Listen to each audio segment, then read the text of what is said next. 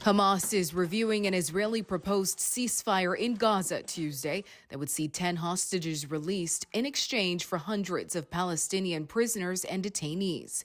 Israeli Prime Minister Benjamin Netanyahu visited northern Gaza Tuesday alongside the Israeli Defense Minister. He says, in part, Hamas will suffer more and more blows. We insist that they release our hostages, and we insist on having achieved all our war goals. We are fighting for our existence. We are fighting for our future.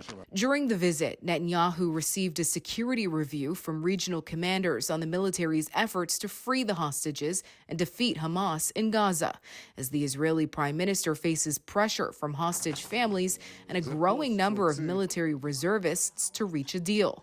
Hamas officials say the ceasefire proposal outlines an initial framework for a 45-day truce in the Palestinian enclave, during which the two sides would aim to negotiate a permanent ceasefire. It also calls for the disarmament of Gaza. Israeli Minister of Defense says, in part, we will never allow this kind of enemy to threaten our communities and our citizens. Therefore, the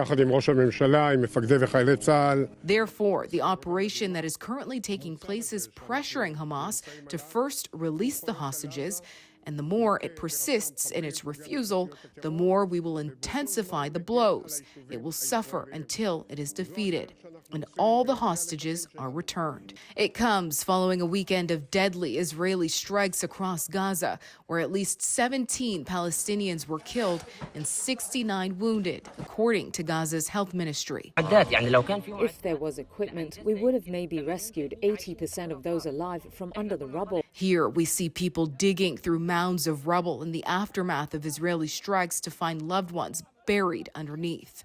The ceasefire offer marks Israel's first proposal to bring back hostages from Gaza since it resumed the war in March. Since then, Israel has cut Gaza off from the supply of humanitarian aid, as officials warn that the situation for the Strip's 2 million civilians has deteriorated dangerously. According to the Ministry of Health in the enclave, more than 1,500 Palestinians have been killed in Gaza since mid-March. Rhianne Campbell, City News.